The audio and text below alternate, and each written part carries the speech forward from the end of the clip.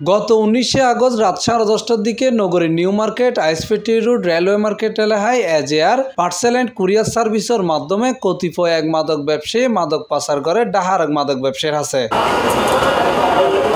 N সময় গোপন সংবাদের ভিত্তিতে হতোয়ালি থানা পুলিশ অভিযান চালাইয়ে কুরিয়ার সার্ভিসের কিছু বস্তা তল্লাশি করিয়ে 12 বান্ডিলের মধ্যে মোট 7,400 পিস ইয়াবা ট্যাবলেট উদ্ধার করে।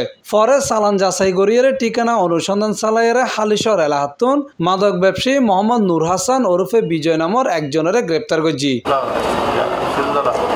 এই বিষয়ে আজ বুধবার আগস্টের 20 তারিখ হতোয়ালি থানায় প্রেস ব্রিফিং করছি দক্ষিণের উপ পুলিশ কমিশনার মোহাম্মদ আলমগীর হোসেন। গতকালকে প্রায় 10:30টার দিকে আমাদের এই অপারেশনটা হয়। এটা হচ্ছে রেলওয়ে মার্কেটের যে ice factory road new market সন্নিকটে, সেখানে এজেআর কুরিয়ার সার্ভিসের একটা চালান পাঠানোর কথা ছিল ঢাকায়।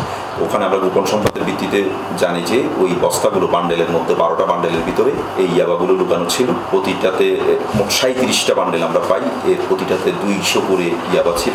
মোট 7,400 ইয়াবা আমরা উদ্ধার করি এবং যে পাঠিয়েছে যে এটা সেন্ডার তাকে আমরা শনাক্ত করি। তার নাম নূর হাসান বিজয়, 27 বছর বয়স। তাকেও আমরা গ্রেপ্তার করতে সমর্থ হই এবং যার কাছে যাচ্ছিল তার নামও আমরা পেয়েছি এবং যার কাছ থেকে সে সংগ্রহ করেছে তার নামও আমরা সংগ্রহ করার চেষ্টা করছি এবং আমরা এটা ব্যাপক জিজ্ঞাসাবাদ করে সে জানায় যে এটা বর্ডার থেকে সে নিয়ে এসছে এবং এইভাবে সে দীর্ঘদিন এই কাজটি করতো। এটা বলা যায় যে এটা একেবারে ডকুমেন্টেড এভিডেন্স সহ তাকে আমরা গ্রেপ্তার করতে পেরেছি এবং সে একটা বড় মাপের, এমন না যে বাহক, বড় মাপের আসলে মাদক ব্যবসা। আমরা তাকে গ্রেপ্তার করেছি হালিশহর থেকে। পুলিশ জানাইয়ে এই ঘটনায় প্রাথমিক তদন্তে কুরিয়ার সার্ভিস প্রতিষ্ঠানের হনসম্পৃক্ততা পাওয়া যায়। তবে মাদক চক্রের অন্যান্য সদস্য সকলের গ্রেপ্তার করি ফেললে অভিযান অব্যাহত আছে। কুরিয়ার সার্ভিসের সহযোগিতা নিয়েই আমরা আসলে জব্দ করি। এখনো পর্যন্ত কুরিয়ার সার্ভিসের সংশ্লিষ্টতা কোনো আমরা প্রমাণ পাইনি।